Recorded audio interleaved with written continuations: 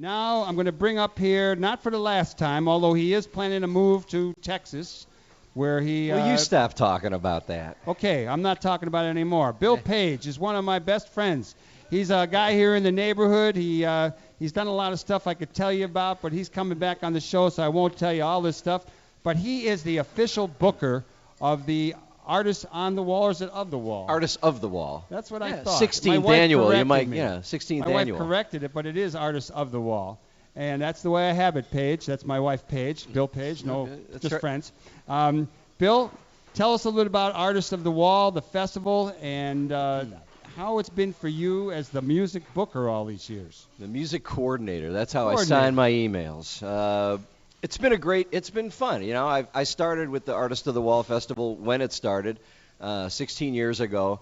I bought 2 spaces for my son's kindergarten class and brought all the paints and everything, set up some tables. And that's your son who just graduated my son who just graduated from college, right? And had his whole kindergarten class down there painting on the wall and making a big mess, and painted for a few years, did some walls, and then they needed somebody to put the stage together, put some music together. So I had a few connections and volunteered to do it. And 10 years later, I'm still doing it. As the music coordinator, what is kind of your ideological perspective when you try to recruit bands? Is it just who's available, who you've heard about, people you know? How do you put this together, Bill It's Paige? 8 to 10 bands who will come and play for under $1,000 total. That's my rule of thumb. No, it's $100 a piece. Not bad. It's $100. It's $100 a band, which I tell them is sandwiches and gas. And these days it might not even be a full tank of gas for your van. But solo performers get paid $50 and bands get paid $100, and that's the standing rate for many years now.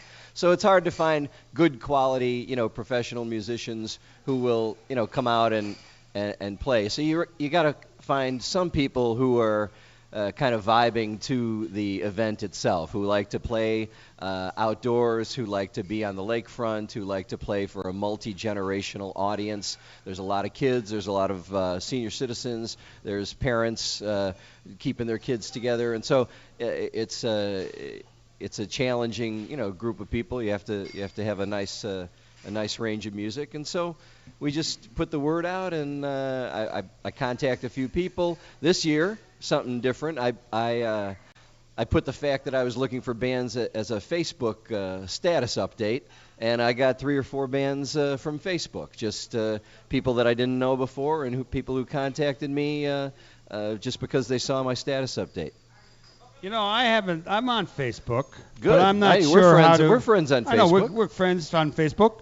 But I'm not sure how to send out a lot of information. How do you do that now? How do you give me a little rundown of how one would promote, like, say, the radio show or Artists on the Wall? Well, in my professional life, I've had to, I do PR and I do marketing, and so even though a lot of people consider social media and social marketing a young person's game, there's really a lot more professional people getting into Facebook and MySpace and Twitter and all these social media outlets, too many to mention.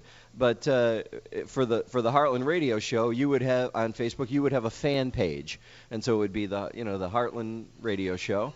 And it'd just be a fan page. You could post pictures of your guests. You could post upcoming shows, topics, and guests that are coming up. And then you could post that to your page, and then you could send notices out to all of your Facebook friends and ask them to send it to their Facebook friends. And that's what it means to go viral. When the message people watching. Well, it's harder than you think. It's harder than you think to get 1 million people. You know who has 1 million Facebook friends on Facebook? Those guys in Iran right now. Pizza Hut. Pizza Hut's got 1 million, and they're pretty big. They're one of the biggest. So that's you got to be dedicated to it, and you have to invest the time in it. Well, as a guy who's interested in media and free speech, do you have any comments on the use of Facebook and Twitter? It's been and for the demonstrations in Iran. It's been fantastic to see that. I heard a story on NPR yesterday about about a couple of people, a network of people who are allowing their computers to be used as servers, and they just move it around once they, if they get shut down, if one guy gets shut down, they just port it over to another volunteer computer. They've been getting death threats or threats, not death threats, but threats from the Iranian government to not do this. But it's very hard to keep people off of Twitter when you have this proliferation of cell phones, mobile units, satellite uplinks. There's so many technological ways to get around censorship. That said, I was in China 2 years ago, and all of my, as per, warned, all of my emails were read, and some of them I was not able to read in certain cities. Then I'd move to another city, and I was able to get some.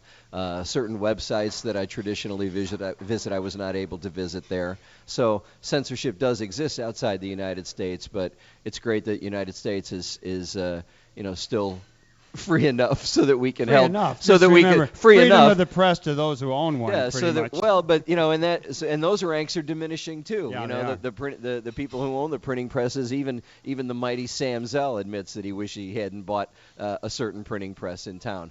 So.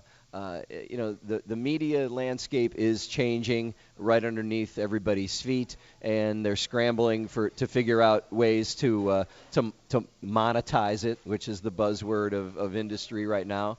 How are you going to monetize all of these eyeballs that are spending time on the internet, which was designed as a free and open landscape of communication. So it's a real interesting time. Well, I've been loving this process, and the demonstrations in Iran are really impressive.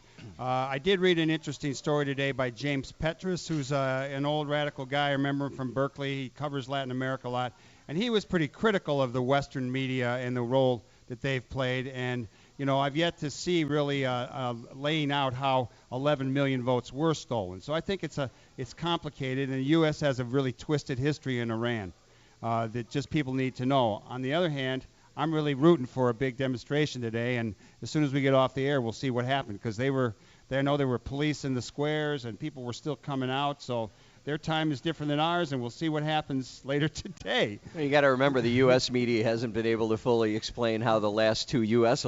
presidential elections were before this last one, how the two previous ones were stolen. So, we haven't got an answer about that yet.